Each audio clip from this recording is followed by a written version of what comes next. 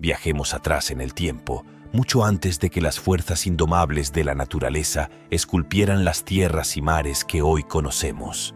Sumerjámonos en las sagradas escrituras del Génesis, donde se nos invita a descubrir un cosmos que desafía nuestra comprensión actual. Estas crónicas antiguas nos transportan a un mundo en vísperas del diluvio apocalíptico, un cataclismo que redibujaría para siempre el destino humano. En el tejido de estos textos yacen relatos envueltos en misterios y reflexiones profundas, pintando un panorama donde la longevidad humana desafía toda lógica y los lazos con lo divino son palpables y poderosos. En el albor de la humanidad, figuras legendarias como Adán, Eva, Caín, Abel y Noé, el arquitecto de la nueva era, emergen no solo como personajes, sino como testigos de un mundo perdido, resonando a través del tiempo con una claridad que trasciende las eras. Antes de la formación del mundo, eventos celestiales significativos, incluyendo la intervención de Satanás y los ángeles caídos, anticiparon el gran diluvio descrito en las Escrituras. Entre estos eventos destaca la creación de los seres angelicales, conocidos en la Biblia como los hijos de Dios. En el libro de Job, específicamente en el capítulo 38, versículos del 4 al 7, se nos ofrece un relato de esta era primordial. En estos versículos Dios pregunta a Job: ¿Dónde estabas cuando yo echaba los cimientos de la tierra? ¿Quién determinó sus medidas o quién extendió sobre ella el cordel? ¿Sobre qué están fundadas sus bases o quién puso su piedra angular? Aquí se revela que tanto seres luminosos como los caídos, a quienes se refiere como estrellas de la aurora y los hijos de Dios, presenciaron y celebraron la creación, destacando así su existencia previa y su impacto en los eventos subsiguientes que llevarían al diluvio. La historia de los ángeles caídos, aunque brevemente tocada en las Escrituras, precede al diluvio mencionado en la Biblia. Es bien sabido que la gran mayoría de los ángeles nunca se apartaron de su camino celestial ni se corrompieron. No obstante, existieron algunos que eligieron un destino diferente. Originalmente, el cielo era su hogar designado para toda la eternidad, pero su elección los llevó a caer de esa gracia. ¿Cuál fue la causa de este trágico destino? Aunque las respuestas pueden ser esquivas, no podemos ignorar que los ángeles, dotados de libre albedrío, optaron por su propia caída, reflejando así la complejidad de su naturaleza y su capacidad para elegir. El libro de Judas expone con claridad una realidad perturbadora en sus versículos 5 y 6. Ahora bien, quiero recordarles, aunque ya lo hayan sabido, de una vez para siempre, que el Señor, después de salvar a su pueblo de Egipto, destruyó a los que no creían, y a los ángeles que no guardaron su posición original, sino que abandonaron su propio hogar, los ha guardado en oscuridad, atados con cadenas eternas para el juicio del gran día. En este pasaje, Judas destaca que estos seres celestiales no mantuvieron su estatus asignado. La frase «posición adecuada» se interpreta de diversas maneras, incluyendo su función o su localización. Los ángeles, al igual que los humanos, fueron creados con un propósito divino específico: vivir en el cielo, alabar y servir a Dios, siendo agentes de su gloria. Sin embargo, a diferencia de los humanos, cuyo lugar estaba en la tierra, los ángeles estaban destinados a existir en el celestial ámbito de Dios. Desafortunadamente, algunos de estos ángeles optaron por abandonar su estado y lugar originarios, lo que implica la pérdida de su posición privilegiada en el cielo. Satanás, disfrazándose como un ángel de luz, encabezó una rebelión que se conocería como la Gran Rebelión. Este evento fue una confrontación monumental en la que él y una porción de las huestes celestiales se alzaron en armas contra Dios y sus ángeles, buscando derrocar la autoridad divina en el reino eterno. Con un plan maestro, Satanás tramó el derrocamiento de su propio creador. Sin embargo, tanto él como los ángeles que lo siguieron no encontraron éxito, sino un destino de exilio y condena fuera de la gracia divina. Las enseñanzas de Jesús, que estuvo presente desde el principio, arrojan luz sobre esta verdad. Él compartió sobre la gloria y la majestuosidad que compartía con Dios Padre antes incluso de que el mundo cobrara forma. En el libro de Juan, capítulo 17, versículo 5, encontramos estas palabras: Ahora pues, glorifícame tú, Padre, junto a ti mismo, con aquella gloria que tuve contigo antes que el mundo existiese. En este tiempo primordial, antes de la creación del universo tal como lo conocemos, Dios existía en toda su majestuosidad junto con su Hijo.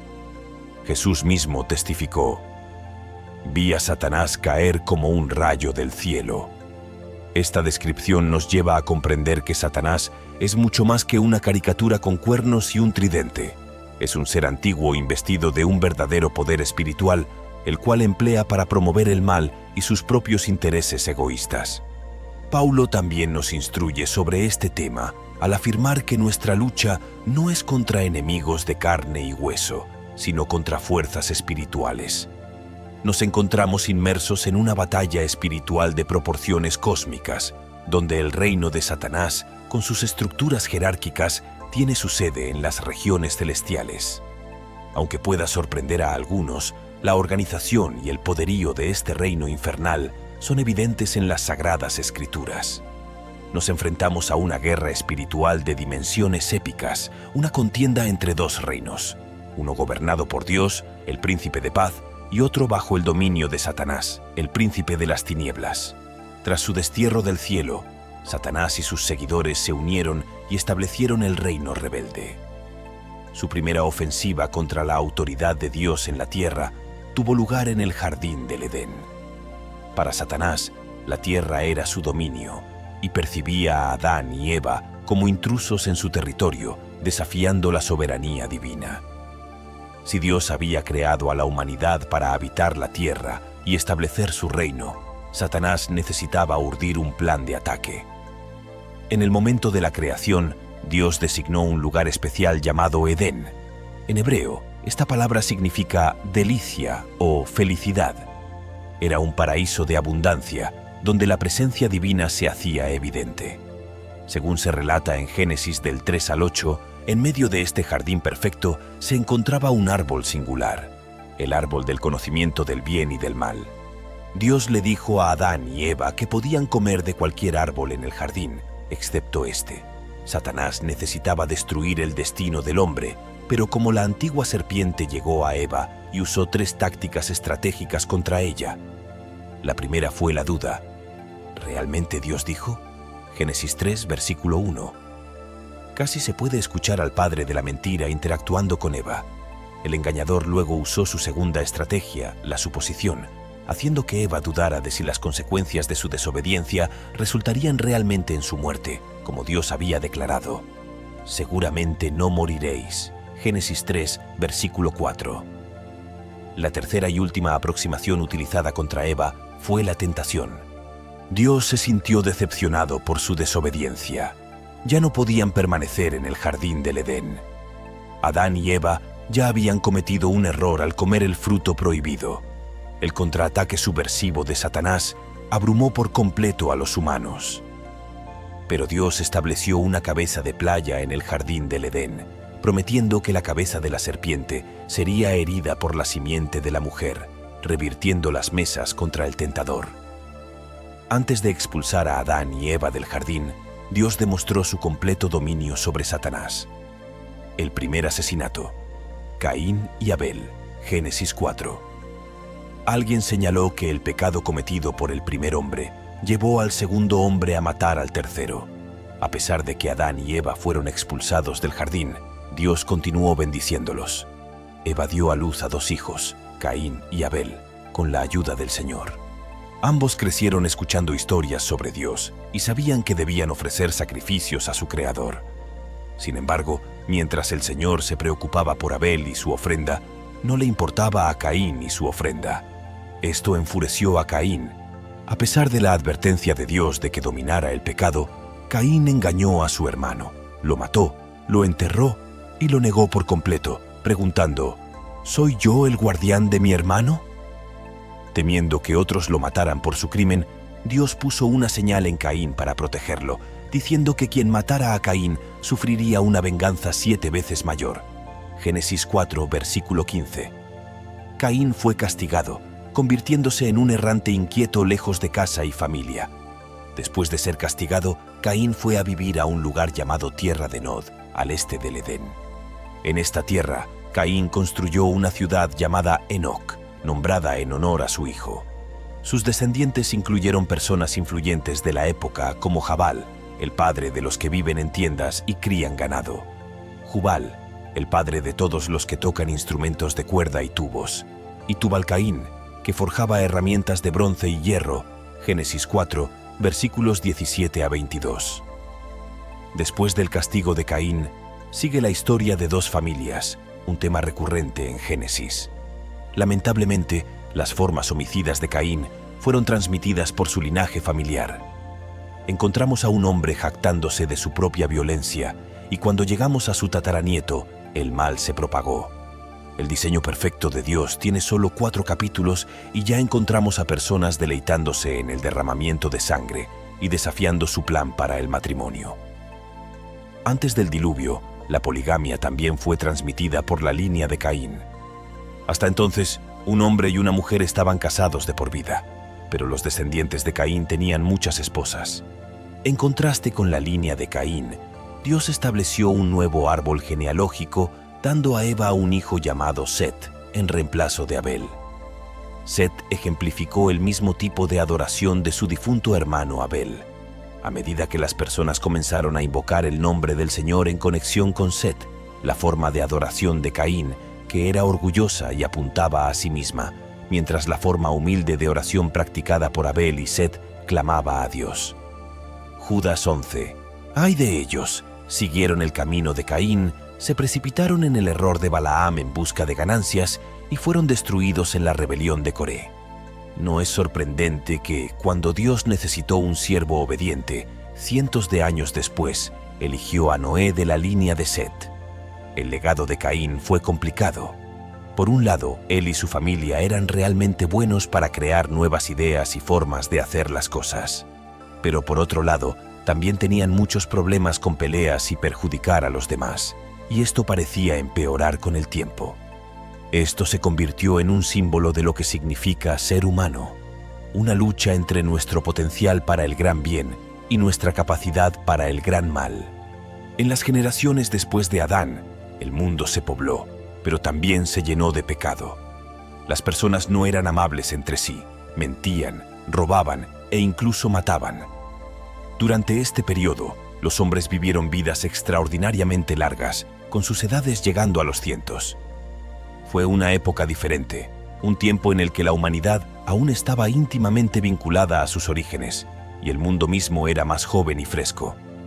Adán y Eva tuvieron otros hijos e hijas después de Caín y Abel, y con el crecimiento de su familia nació la civilización. La Biblia dice que después de convertirse en padre de Set, Adán vivió 800 años y tuvo otros hijos e hijas. Génesis 5, versículo 4.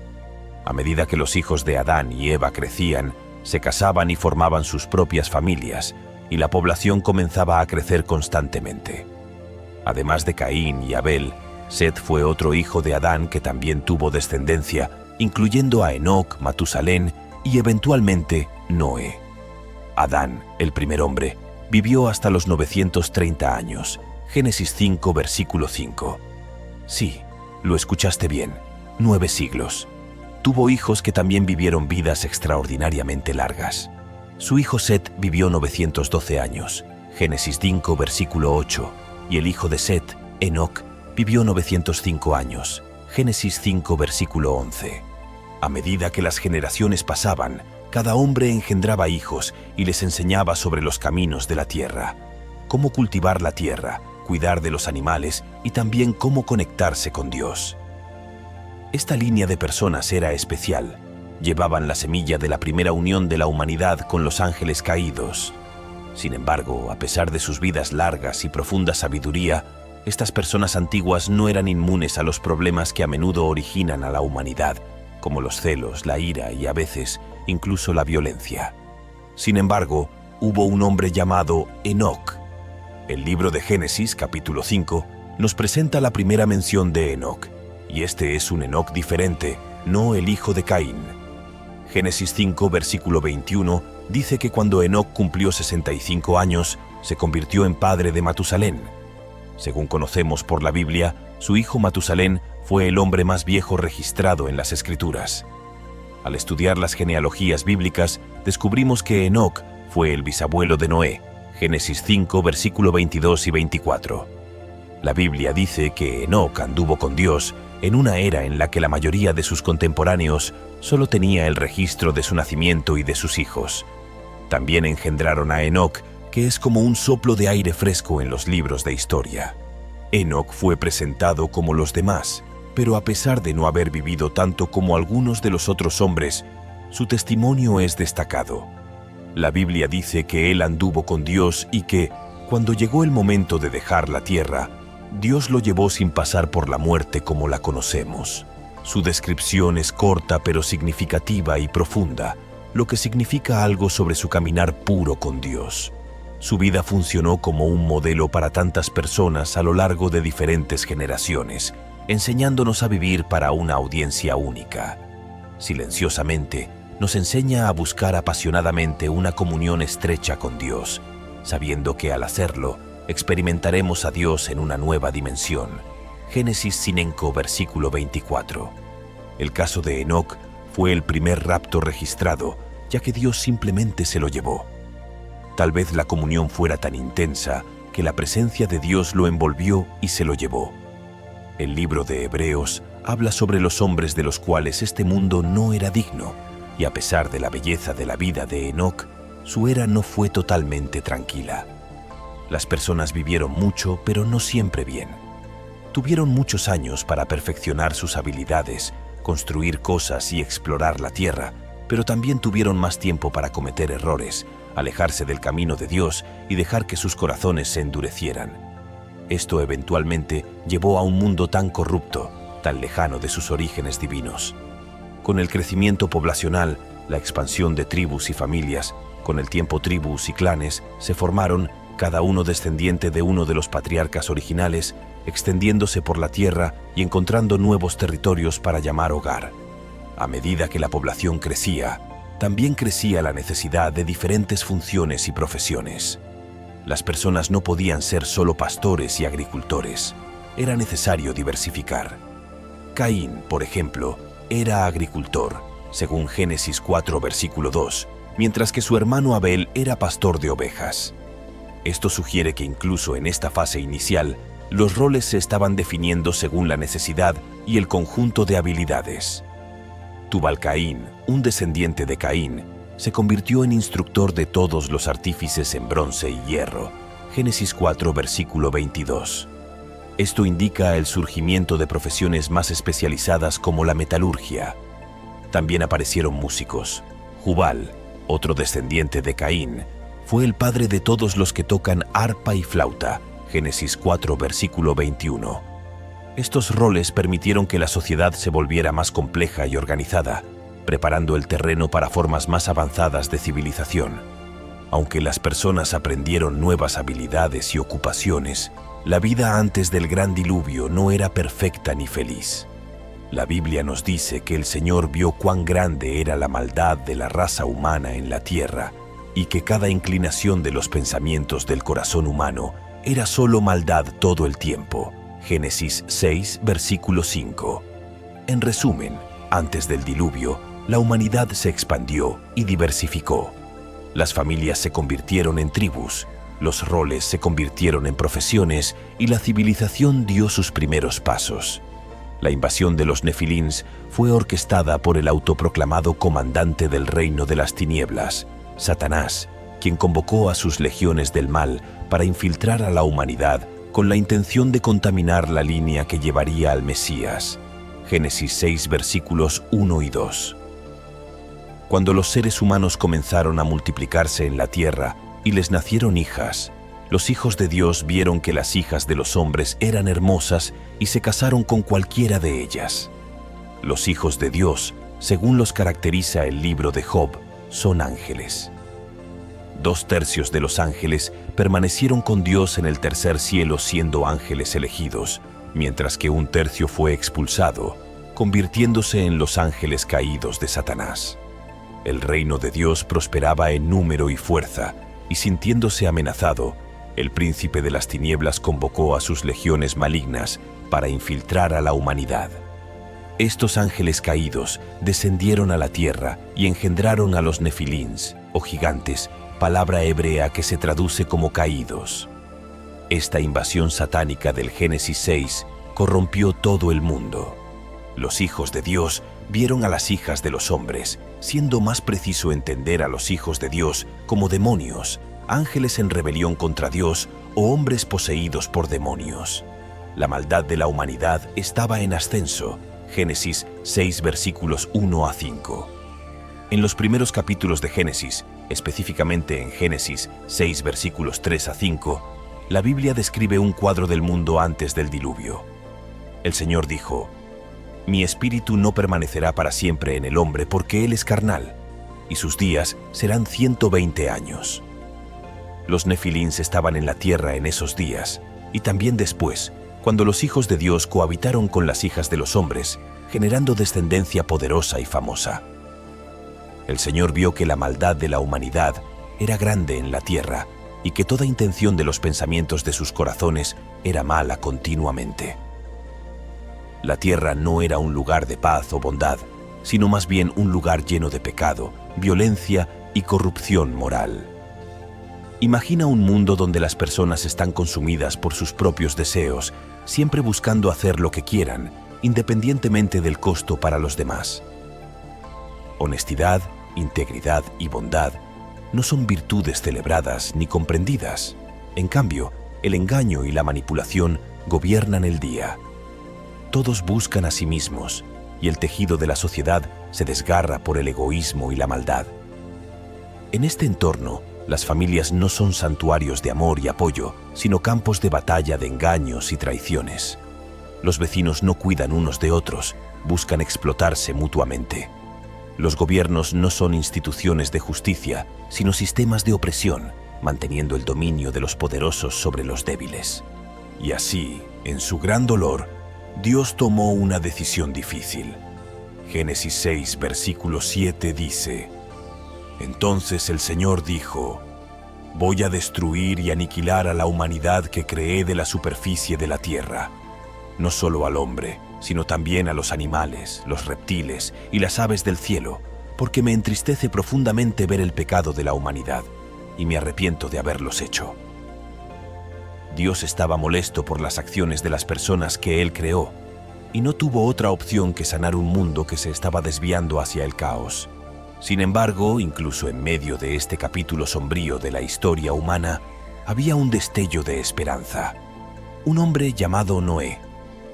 El mundo se había desviado, pero Noé destacaba como un faro de esperanza, hombre de integridad y fe. Génesis 6, versículo 9. Estas son las generaciones de la familia de Noé. Noé era un hombre justo, íntegro entre la gente de su época. Noé caminaba habitualmente con Dios. Noé nació en la línea de Adán, descendiendo por Set, Enoc, Kenan y varios otros ancestros que llevaban la antorcha de la rectitud a través de las generaciones. A pesar de la oscuridad que lo rodeaba, la casa de Noé era un santuario de piedad. Incluso cuando Dios compartió su dolorosa decisión de borrar la maldad que asolaba la tierra mediante un diluvio que ahogaría todas las cosas vivas, la fe de Noé no vaciló. Él comprendió la gravedad de la tarea por delante y la aceptó con un corazón pesado pero resuelto. Noé hizo lo que Dios le dijo, incluso cuando la gente a su alrededor se burlaba de él o no creía que algo malo estuviera a punto de suceder.